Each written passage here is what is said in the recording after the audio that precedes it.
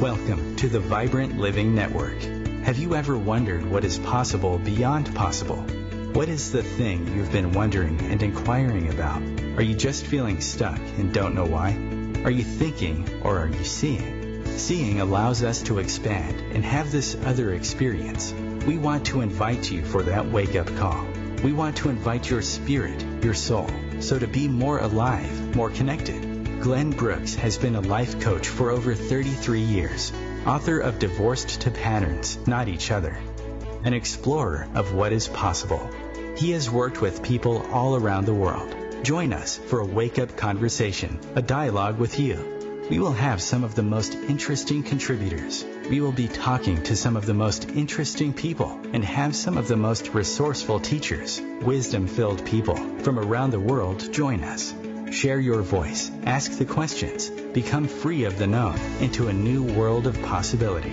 We are going to talk about all the things you wonder about: how to live, how to heal, how to connect, how to love, how to be seen. Your life is precious. Enjoy it.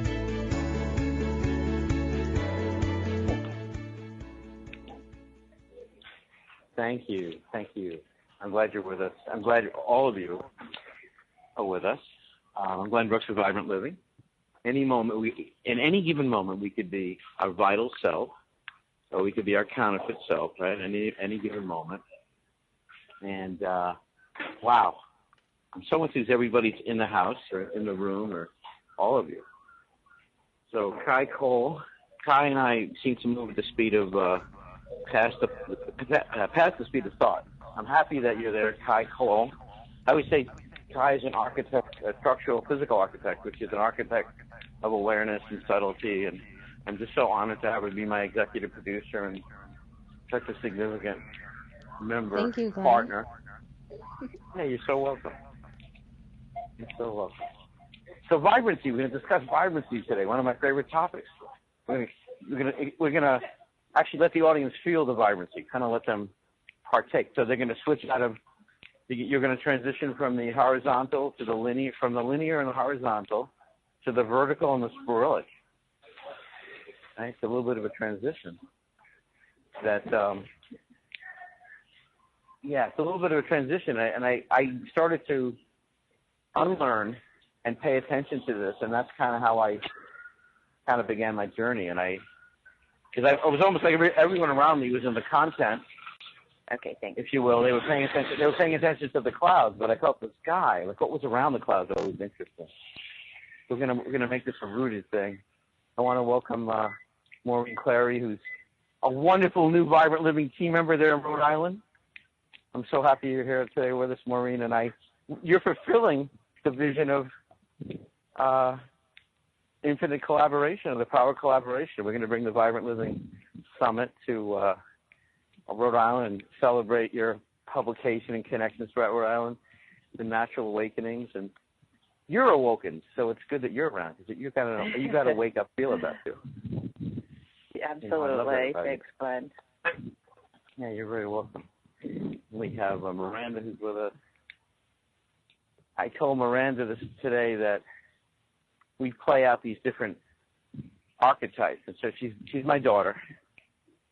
She's my daughter. I refer to my other daughter as her sister, and so we're on a learning curve together. It's interesting how we play out things together. As soon as we could pay attention to it, we could make it a useful thing. And that's where I guess humor. I said to Kai once, I said, well, everything's really about vital, rhythmic pulsations. And once you start to live in vital, rhythmic pulsations, so Kai called that laughter.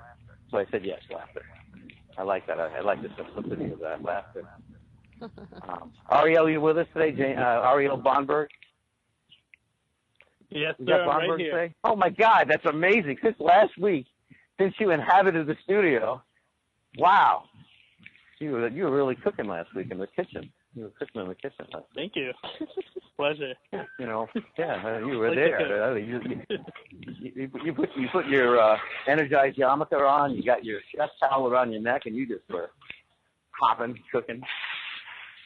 Wow. Like every time.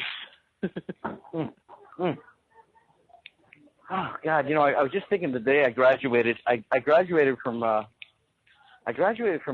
do they call it? Oh, empowerment. Yeah. Empowerment and gluten free I think they became popular at the same time. You get whether you got a car tire or a toilet paper was gluten free, and then it was empowered. It was this particular period of time. I don't know. It was 2002 at 12 a.m. Everybody got hooked on those two things. Both of them sort of seem like thought viruses. So thought viruses are thoughts we just kind of take on, and they begin to live us rather than we live from a stream of awareness that we turn into action. Why I'm always picking on personal power. Personal power, you could say it's an evolutionary thing. I call it stage 6.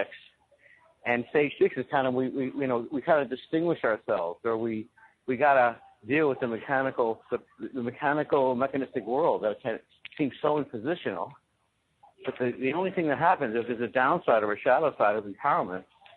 It's still about separation. It's not a systems approach. So one of the things that kind of I had my second, how you go through wake up phases.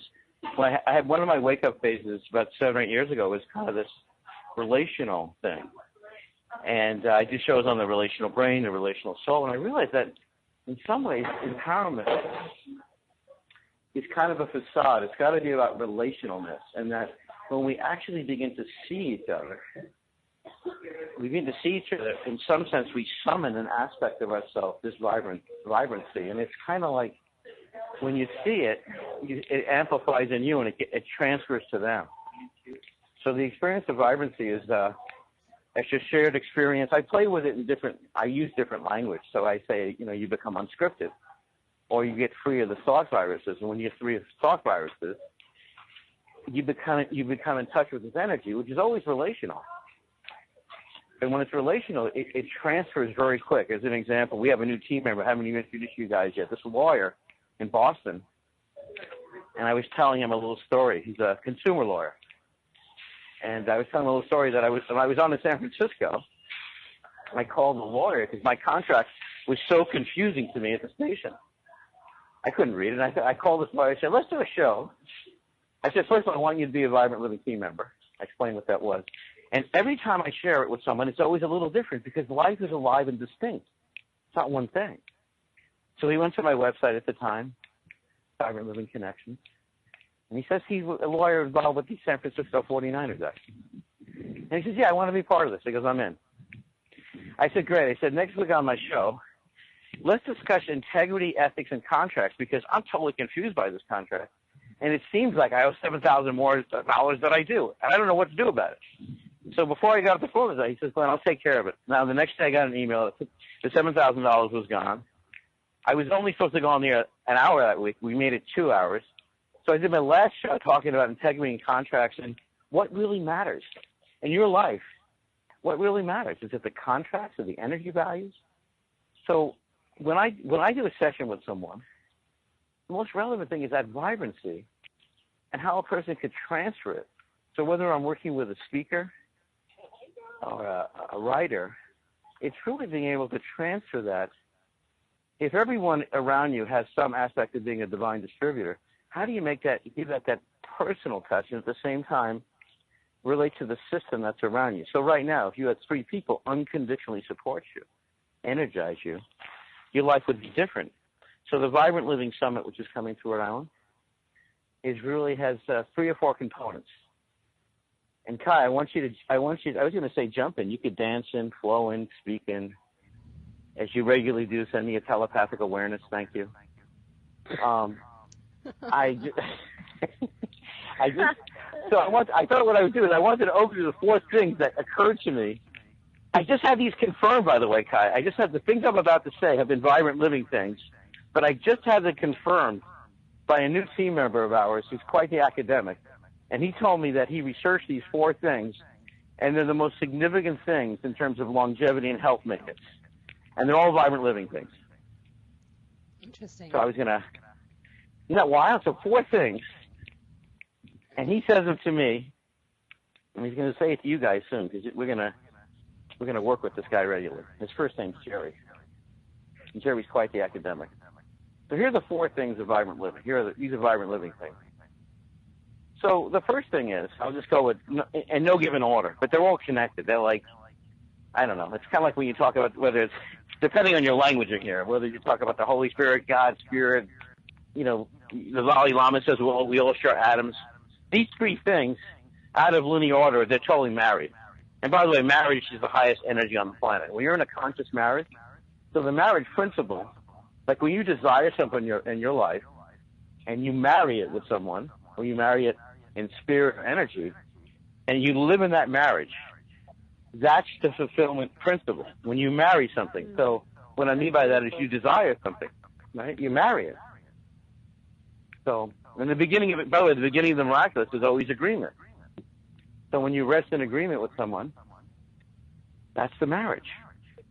And what happens is people say, well, I got married and things didn't work out. Well, you need to get married to level the marriage is an energy agreement. And you live in that and breathe in that. And so your marriage becomes we go from thought viruses, or you could say living off the tracks, so we come back on the tracks together. And that's why I couldn't do this alone. There's no way on earth I could do this alone. You know, I'm not going to say who this guy is, but he put through 75,000 people. I'm going to walk through a windy period here. He put 75,000 people through this training. And it's just you would know the training if I said it, but he said to me one day, he says, you know, I did a disservice. And I said, what happened? He says, all these people got in power and a whole bunch of people got divorced. And he said to me that day, he goes, I went from teaching people all about empowerment. Now he goes, well, I'll give you a secret. His new website is called We Need Each Other. We need each other. We need each other. We do. So the vibrant living, the three things I'm going to share with you. So the first thing is we need to become in some way a significant contributor. You know, when I was growing up, and I was like in my teens, no one ever told me to be a significant contributor. No one ever said that. They said to me, get a job. That was the mantra in my household. I want to ask you guys, what was the mantra in your household? Mine was, let's see, get a job. Let me see, get a job. That was a big mantra. Don't drop stuff at the kitchen table because it would disturb my father. I think some of the mantras are unspoken. These are the laws of my household. So there was get a job. I want to hear your mantras. Tell me what you guys grew up with. What were the thought viruses that you noticed in your household? I feel like a lot of mantras are also vibrational.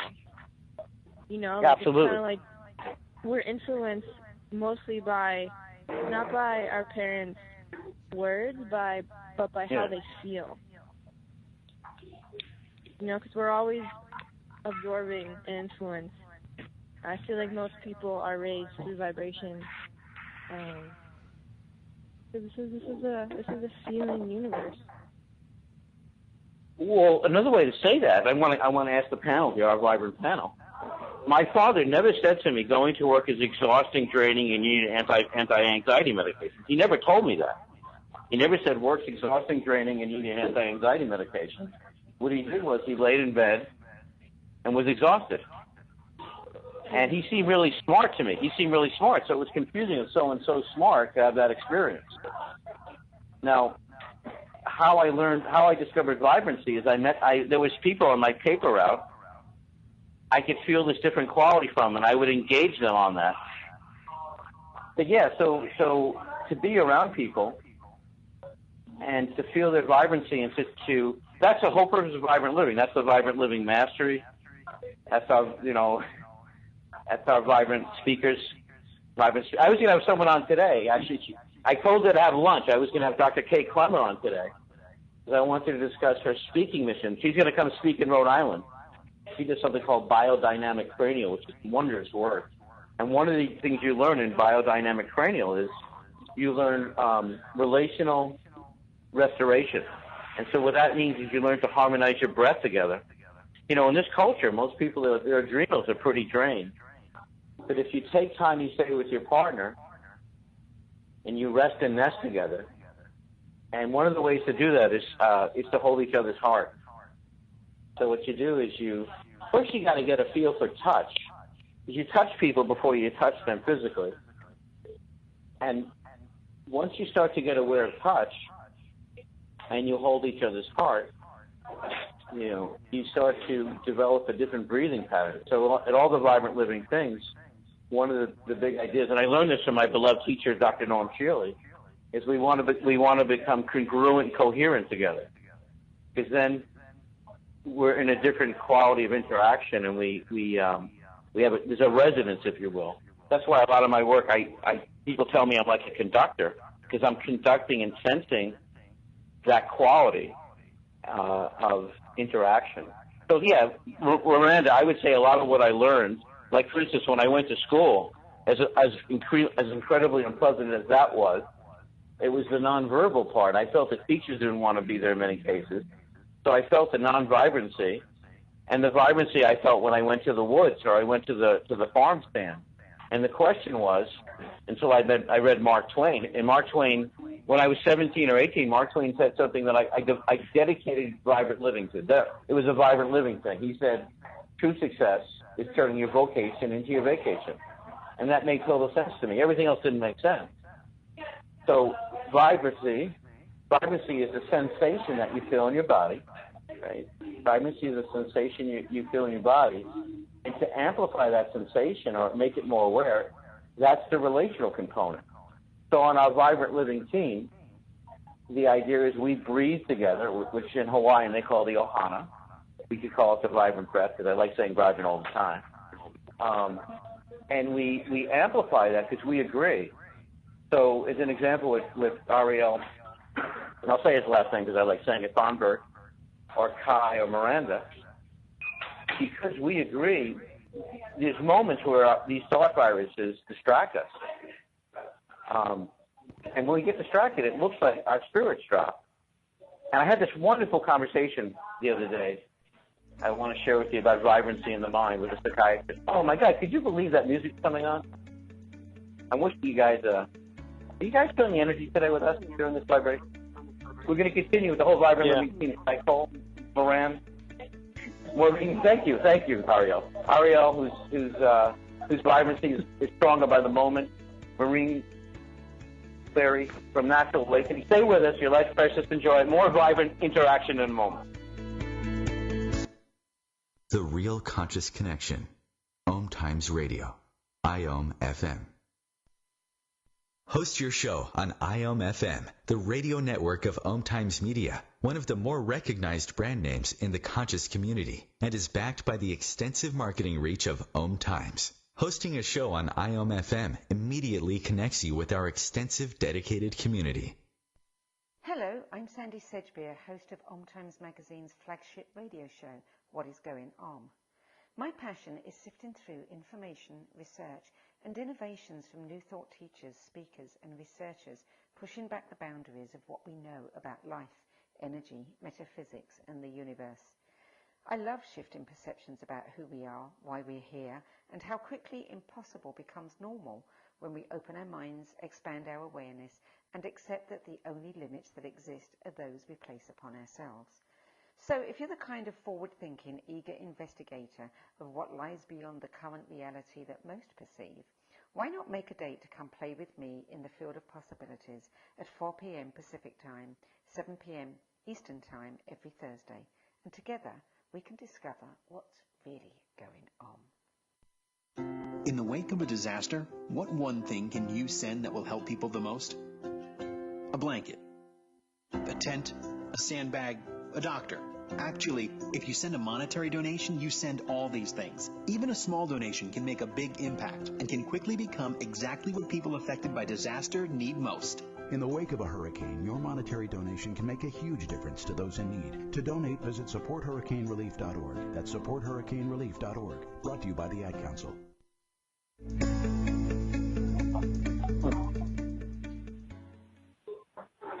You're listening to Vibrant Living Again. I'm Glenn Brooks, live today. You're live today. Ariel Bonberg, Kai Cole, Miranda Green. Miranda Green is such an easy name to say. Maureen Clary, Natural Awakenings. You know, Kai, I just want to acknowledge that Ariel said something last week, and it was so alive. It's just, we get living wisdom or vibrancy is so awakening. So Ariel said last week about how that in some sense the thing that really seems like such an obstacle is such a gift, you know, whether it's our physical health or we have a spiritual meltdown. Well, I'm excited to be here, Kai. I want you to sing to the audience. I want to hear your voice today, and I want you to share. I want to say, I think at 4 o'clock you texted me yesterday, and I felt this upliftment, and it moved me so deeply that I got that. You sent me that message yesterday. I just want to tell you that, yes, I always feel your messages, and when they come, it's just a confirmation in such a good way, so thank you. You're welcome. I did want to comment on these mantras, you know, that float around our households. And also, I would love to hear what Ariel and Miranda and Maureen have to say about this one. So one of my favorites growing up was, don't do as I do, do as I say. I like that one. That's confusing as heck, isn't it? Yeah, I like that one. Contradicting, I think. How did that impact you? How does it impact you? It definitely created, it was almost like instant enlightenment. It put me right in the observer mode for everything. So let me see. Let's say it again. Say it again. Okay, don't do as I do. Do as I say. Was that it? Yes. Okay, wow. That's a schizophrenic one. I like that one. That's powerful. I mean, did they say that to you when they're disturbed or angry, or they always said it? They always sang it, even if they didn't say it. Line. Right. My father said you would test the patience of a saint. That was one of his mantras to me.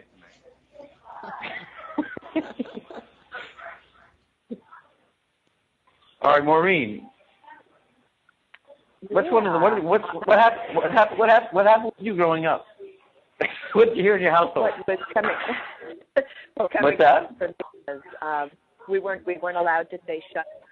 That was just not a way that you talk to people. That it was more focused on just overall kindness and being civilized, and using the word "shut up" was just too harsh. So I was never allowed to say that to my brother, no matter how much he annoyed me. So what did you take away from that? How did that impact you? What's your take on that? I think it's a good way to be. I think that it's true. Telling someone to shut up, that's just a really harsh way of being, to communicate to them that they have no value and no words that are worth hearing.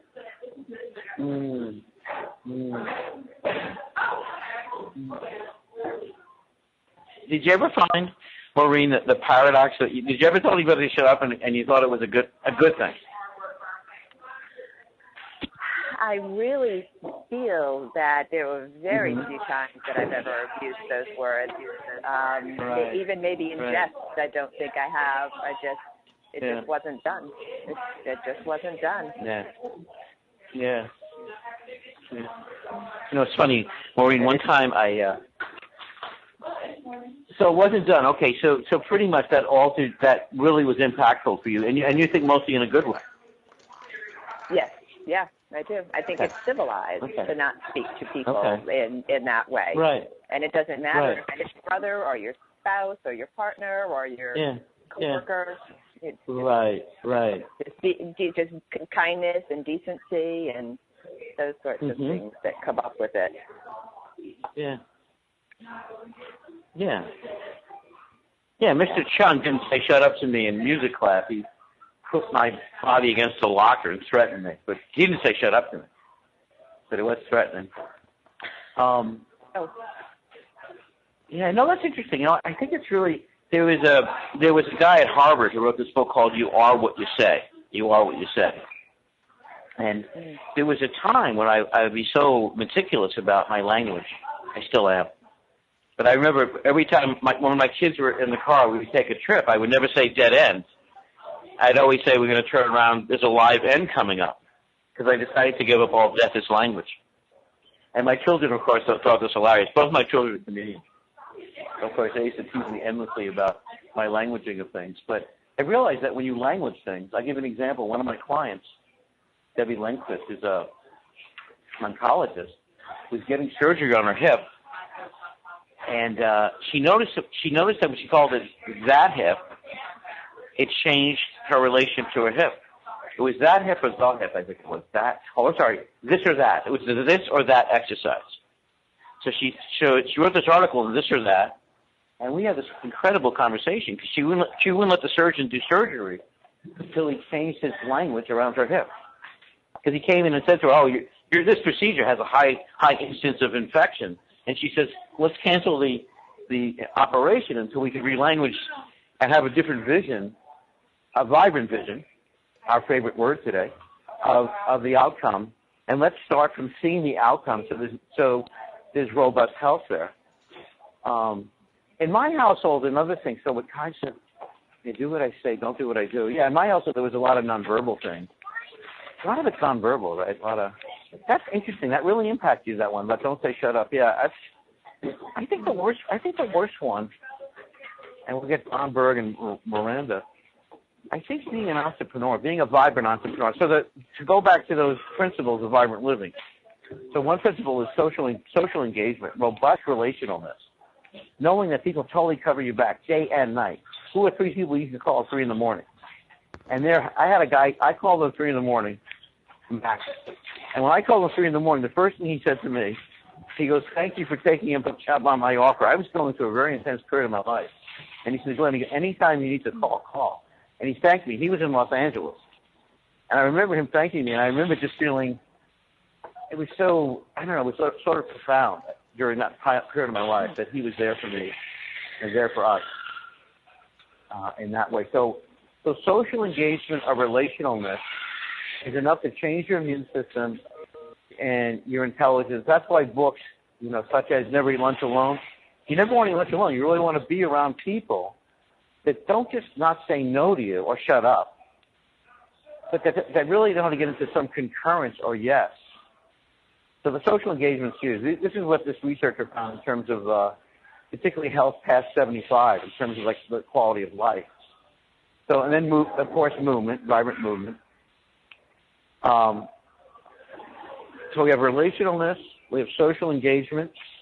Actually the entrepreneur piece, the vibrant, vibrant entrepreneurs. So the first time I got paid for being who I was, and now we call it being who we are together, because the relational component changes everything. I gave a talk in upstate New York when I was 19. I gave a talk to this group of people in the 90s, 80s, and a couple of people over 100, and I talked to them about the life of Dr. Norman Walker. He was one of my teachers at the time. And Norman Walker was supposed to be like 110. Here I am, I'm 19, I'm telling these people who had so much wisdom. But when I left that day, someone put $10 in my pocket, and he says, "Glenn, keep expressing this message." That was my most significant family moment, I think, my non-family moment. I was on a solo path of empowerment up until I saw beyond that. And so I know it well. I want to say I know the empowerment world well because I was in that world until I stepped into the relational power world. So languaging, how it impacts us and how it impacts our vibrancy. Wow. All right, let's go to Ariel Bonberg, and then we'll circle back to Kai, circle back to Miranda. We'll do a couple of vibrant rounds. Let's go to, Ariel Bonberg. I had some similar ones, like what Kai said and Maureen said. Yeah. We had some of those mantras, but I think for us, yes, the number one mantra for us was think good and it will be good. That's beautiful. Meaning that, obviously like we always speak about how things happen in life. And, especially this mantra really is for my mom mostly, and I can also definitely attribute to my dad a lot that, they always tell us, no matter what happens or whatever you're dealing with, just do the best you can. Just take it as positively as possible, and through that positivity, will help to change your experience and your approach and your dealing with a certain challenge or issue or whatever it is you're facing. And that's something that really stuck with me for the long run. So think good and it will be good. Think good and it will be good. Think? Yeah. Mm-hmm. Mm-hmm. Wow. Vibrancy in a nutshell, no? Yeah, no, that's really interesting. I kind of like that one. I was reading there's a book I think it was called Worry Sick, but he was talking about different cultures and worry. You know, and so it turns out Jewish people worry a lot more. That's a really good one, by the way. So think it'll be good. I like the focus of that. I like I like that. Thank you. Yeah, no, that's no, I think the other thing that happened was, and I told the story. I think I told you this. There was a party actually Kai was going to be at. I thought she was going to be at, and I have this friend in New York, and I realize that sometimes I'm so on the outside that I forget that I'm on the outside. I'm kind of used to being on the outside, and the black sheep or the and I kind of I was talking to our mutual family member, Melissa. And Melissa said, hey, there's this party in Great Neck, right? And I said, well, I joked to her. I said, well, I told her I didn't think I was going to be able to go to the party. And she said, well, I know what it is. I said to her about the party, I said, if I don't go, all the women would cry if I don't go. And then she said, yes, they would. And then I just totally melted down. I realized, wow. Sometimes I realize that I'm in this place where I see a thought virus, and sometimes we don't see it. But when we see it, our body will change and our breath will change. So how I always work with people is it's a rhythm at their breath, and it's a recognition of what I would call a thought virus. And so my thought virus was that I kind of was in a certain mode, but I realized what I would like, I really preferred to have a deep connection. But sometimes I distinguish myself so I don't have to go through pain. So to experience, that joining, which is the film that I'm working on now, The Announcement, the announcement is all about this couple that remarries. But it's a lot about dissolving thought viruses and how that shifts our body. And what's the thing? What are you most curious about today, Kai?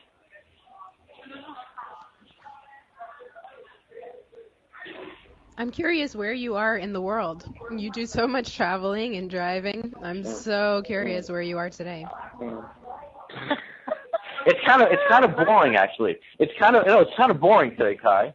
I'm actually at Whole Foods as I speak to you, and this morning I biked. I biked, I don't know, maybe 7 miles this morning, and it's very beautiful. And when I'm on the bike trail, there's these vibrant moments. I love those moments in the day where I see someone and we see each other, and those are like little miracles. Those little moments of seeing.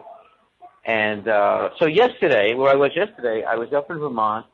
I have a mechanic up there. I go visit him and his wife have the most beautiful piece of property, and I call it the Saab barbershop because it's like a barbershop because everyone who goes there, we all have these old Saabs, and we just enjoy talking about this unusual car that was made in Sweden.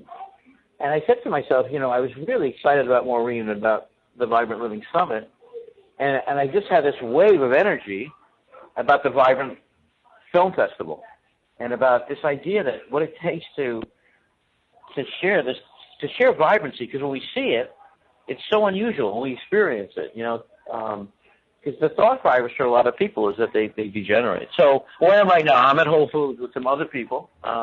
They haven't introduced themselves to me yet. I'm sure that I'm aware that I'm doing a broadcast right now. I want to do this class.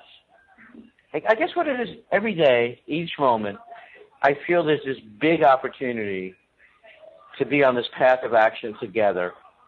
And I want to bring people on the inside of it because it's so unusual and wondrous when we actually live in concurrence and we're able to demonstrate something that most people would consider impossible. And that's why I developed the Vibrant Living Mastery Challenge, because I love the relational journey to that. My vision for that is that people are at the base of the mountain together, but as they ascend the mountain and they see together and they actually become aware of the vibrant, if you will, the vibrant sensation of other people, that's kind of like this, that's where the whole relational piece is so significant. And that's why when Ariel said last week about the gift, if you will, of the blessing of adversity, you know, it strikes home because, I mean, when I went to what I call this relational tsunami, this is a big response to your comment about where I am right now, but I guess this, when I went to the relational tsunami, at first, I couldn't really see colors anymore. I really felt an impact in my life, and it took a while to see the other side of it. And when the other side of it came through, the other side of the tail came through, I felt another level of my work, and I felt, obviously, my relation. I met you, I met Ariel and Miranda.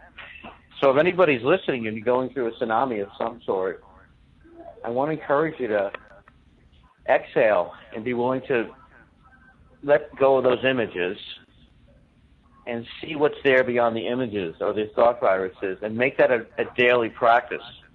I have a question. Daily practice of, yeah.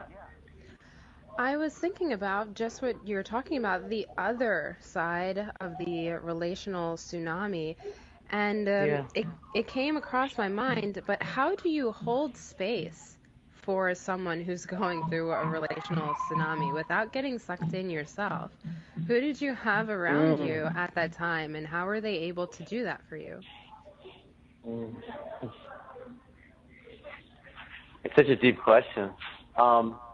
You know what's really unusual about this? The first day of the tsunami for me, the first like 90 days, I could barely function. I remember on Father's Day, I took everything to stand up. There were a few people that came in my life that I didn't know them, but they came in my life and they gave me exercises and they gave me presents. And we'll continue with that wonderful question. I want to hear from you guys too, Maureen and Ariel. And that's a beautiful question that we need to ask and share. Powerful question. Stay with us for Vibrant Living Network. More to come. Blessings to you.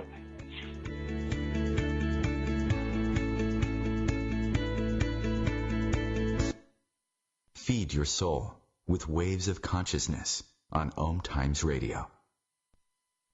Ascending Hearts is no ordinary dating site, but a spiritual dating site with a purpose, to link you with your soulmate. We engineer the serendipity so you can trust that you will attune with someone that has the same matching vibration as you. Ascending Hearts, the conscious dating site for the spiritually aware. Try Ascending Hearts for free, ascendinghearts.com. More than 24 million Americans have an autoimmune disorder, and that number continues to grow. I'm Sharon Saylor, and I'm one of those 24 million. To put that number in perspective, cancer affects about 9 million and heart disease up to 22 million. That's why I've brought together top experts and those thriving regardless of their diagnosis to bring you the latest, most up-to-date information. Join me, Sharon Saylor, Friday night, 7 p.m. Eastern, for the Autoimmune Hour on Life Interrupted Radio to find out how to live your life uninterrupted. Hey, Dr. Phil here. You know, I help people solve difficult problems every day, but one problem has me stumped: childhood hunger. Nearly 16 million children in America struggle with it. Luckily, the Feeding America network of local food banks collects surplus food, giving hope to hungry children and their families. But they need your help. Join me in supporting Feeding America and your local food bank at feedingamerica.org. Brought to you by Feeding America and the Ad Council.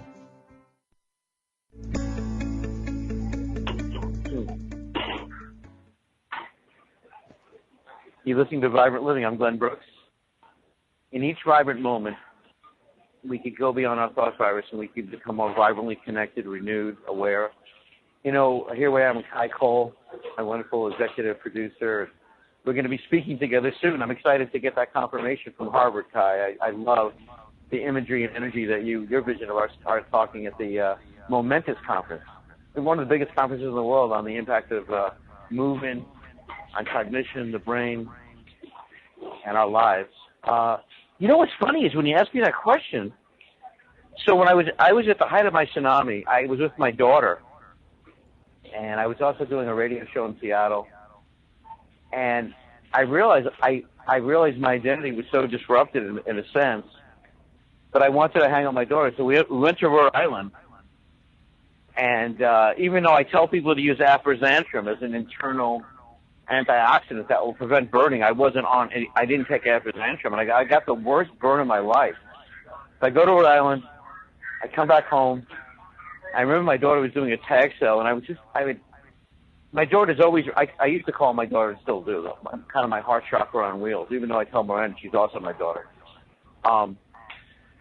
So I was so badly burned physically, but the physical burn was reminding me of the intense burn I felt. I felt like I lost, when I lost my wife, I felt like I lost the goddess in my universe. And it was, and on some level, the tsunami, yeah, what you're asking me, I guess each day, each moment, things would occur in the day, little openings, you know.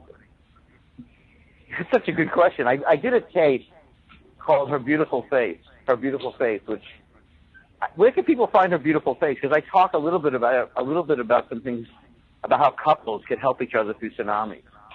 So people could listen to that. And I was sharing a little bit about how that when we're diagnosed, we have something we're going through, we can kind of be there. So holding space. So I call it relational space.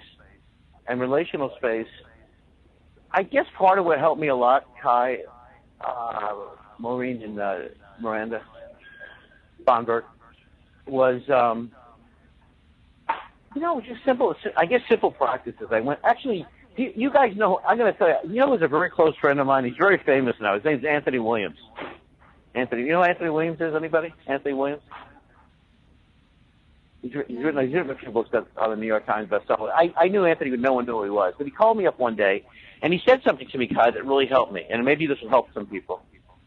But he told me that day, he told me a lot of things, but he said to me, he says, go to the woods, stop meditating, and take B12. Because he says, anytime you go through a shock, your B12 gets depleted. So I think that helped, and I went to the woods, and I just focused on vibrancy, and I guess going back to what Ariel said last week, I kind of allowed the process of the tsunami to move through me. I remember one day one of the people I was working with told me that my grief would lift in a year, and I remember it was a year later, and I joked to him. I said, "Well, it's been a year. My grief should be gone."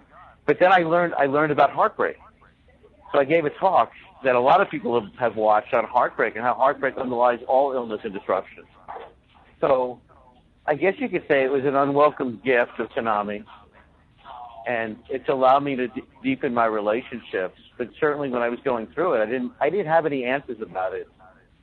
And this is a beautiful thing, to be around people, to be in communion, where you can have a path of action, and also appreciate the wonder and beauty of having a life where you can be underwhelmed enough to kind of integrate things in your experience. So I think part of what it was is the appreciation that I was going through it, even though I didn't want to go through it, and allowing that to deepen my relationship. Because what I found in my life is that when I would go through massive challenges, it put me in a different relationship with people. It put my attention, it put me in a place, like I just put me in a place where I could get into a very different relationship with people almost instantly. So there's no one answer. I guess I appreciate that it's an ongoing thing. And I think tsunamis, I think most people don't so-called move on. I think they push on and they overdrive. So I think allowing this process and allowing people, Teshna, who was on a couple of weeks ago, she was amazing. I drove almost 5.5 hours to see her because I allowed myself, when I went to see her, she asked me if she would test my body for 1 to 1,000. It was all thousands, and then she would quit. I think it was the process of appreciating that it's a process helped me to move through the tsunami and make it, because in some sense, the vision for the Vibrant Living Network and working with hosts and speakers moved my being. It moved the vibrancy in me. But there's no one answer, and I think the beauty of being in a group with it focuses on momentum and vibrant vision and the Vibrant Living Summit, in an environment to explore this together. No one answer.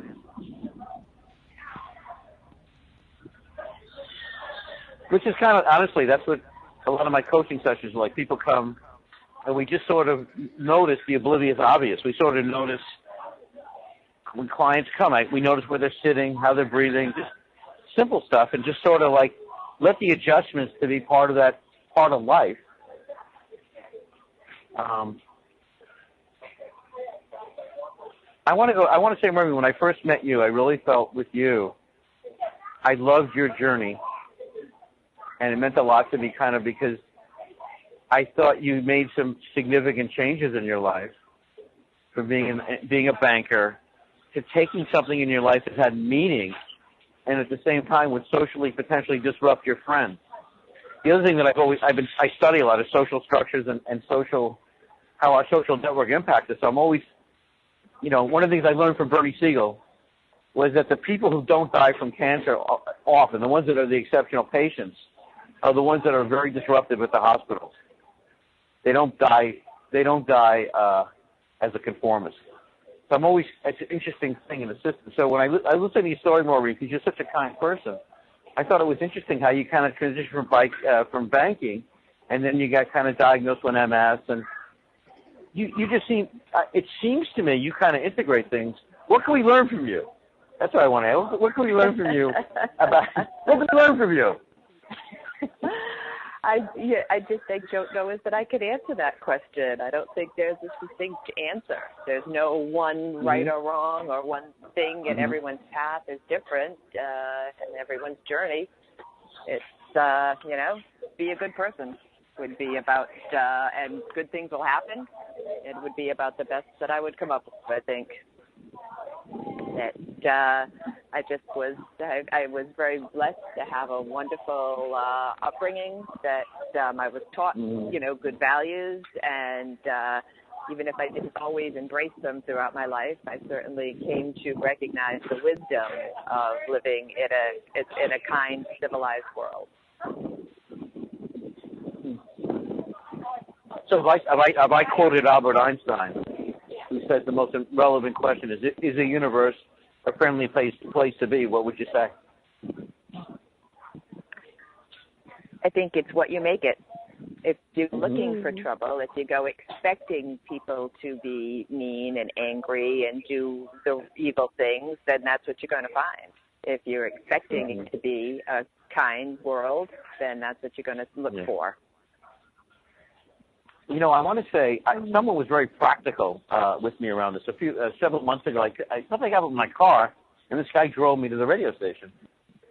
And he said, by the way, are you an axe murderer?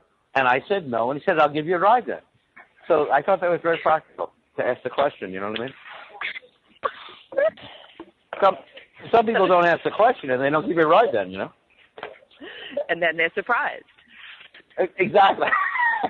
Then you're on the news at 3 a.m. Yeah, I think asking the question was helpful. I had to check in with myself. Are you an axe murderer? I said no. And he seemed very relieved and happy to give me a ride then. So, all right. So, what are you excited about having? I feel like I'm sharing a very deep vision with you about coming to Rhode Island.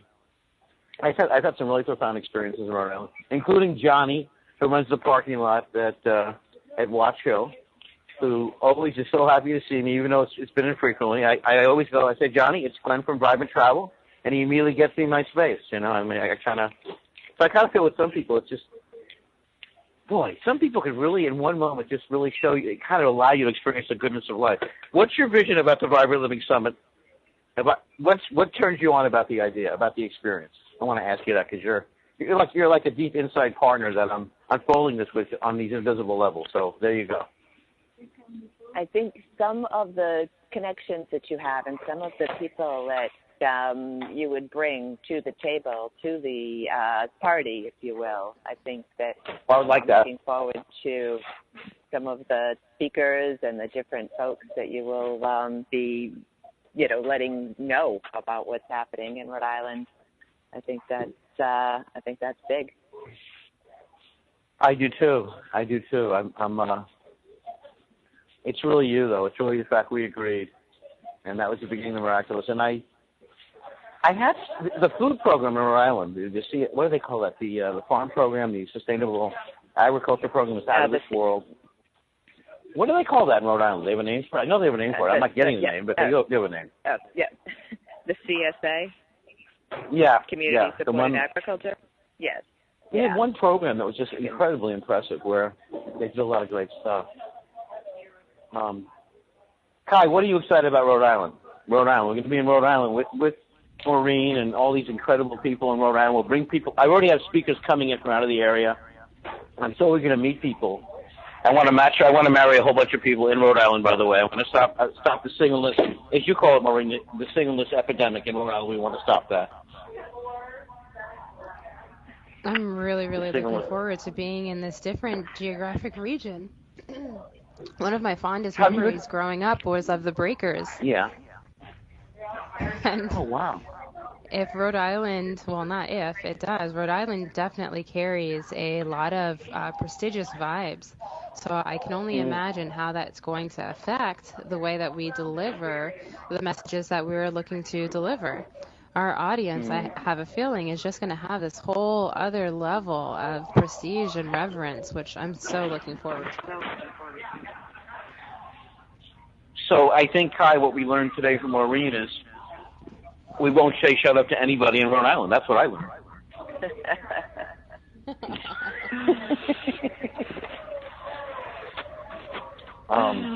Or anywhere else, God. I hope. By the way, I love that you called it a party. It really is. It really, the imagery of a party is definitely something I resonate with. And I've had some profound experience. There's something in Newport called the Cliff Walk, which is absolutely gorgeous. I've been on the Cliff Walks. I've been to different inns, and I'm a fan. I don't know. I love Rhode Island. You know, of course, the big news is always the Cape. But it's cold, and you gotta be in traffic 17 hours. So I'm a fan of Rhode Island. I don't like the 17 hours of traffic, one way in, one way out. It kind of brings up massive claustrophobia for me. So Kai, I'm going to give you the vibrant stick here for a moment. What's something that we should leave with the audience to share that we haven't, that you think is a good idea? That's a really good question. We've covered the Mastery Challenge. We've covered the Summit. We've covered the announcement. Would you like to talk a little bit more about being a vibrant host, Glenn? Yes.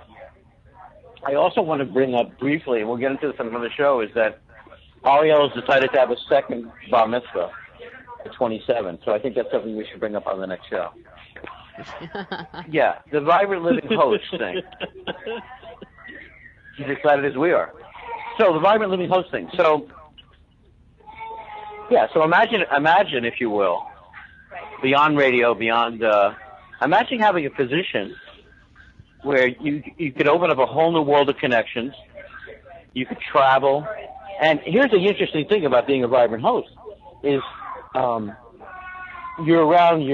it's a community of people, the vibrant hosts, are all unfolding another level of vision together.